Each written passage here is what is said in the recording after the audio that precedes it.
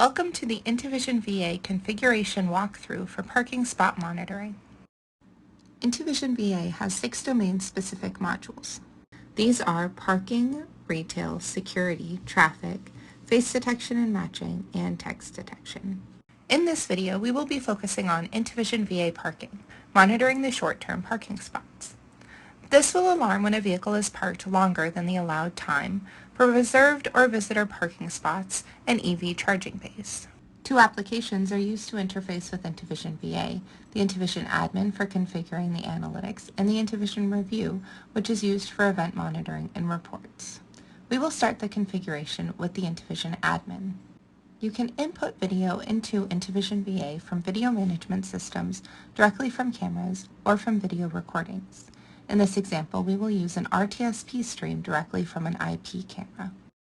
All IP cameras on your network are automatically detected by intuVision VA. Select the one you would like, rename the camera if desired, and click OK. You will be prompted for the username and password. Once added, navigate to the new camera. intuVision VA automatically begins to process the video with default settings. intuVision VA's default detection and tracking settings work well for a range of video scenes, and they seem to be good for this scene as well. Since bright light is coming through the windows, we will add an exclusion zone over those and decrease sensitivity to reduce the effect of light changes. With the video in the system and processing, we will move to adding the short-term parking event. Events are grouped by application modules. The short-term parking event will be under parking. Here we are interested in monitoring the 6 visitor spots in the camera view. We will name this event Visitor Parking. Once it is named, navigate to the new event.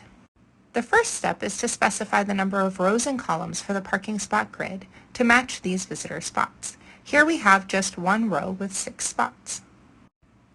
Once the grid is displayed, click and drag it over the parking spaces, ensuring that it aligns closely with the spot lines.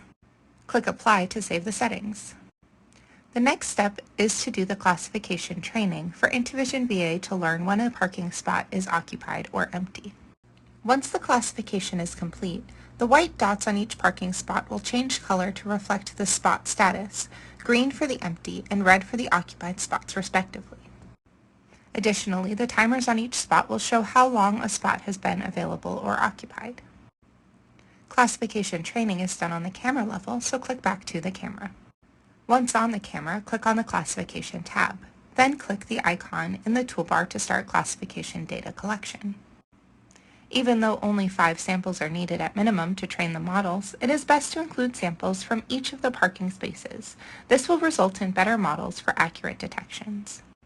As this runs, intuVision VA collects sample images from the video, which we will then use to train the full and empty spot classification models.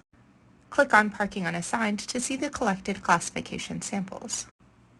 We will click and drag samples with vehicles to the Vehicles category, and those that are empty to background samples. Once enough samples have been added to each category, click Apply and the model training starts. After the classification training, return to the Visitor Parking event rule. We now see the spot status indicators as well as the timers for how long a spot has been occupied or empty.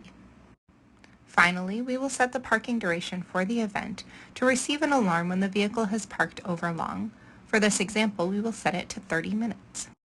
intuVision VA will issue an alarm when a vehicle stays parked more than 30 minutes in one of these spots. Using the intuVision review application, you can see the live video as well as events.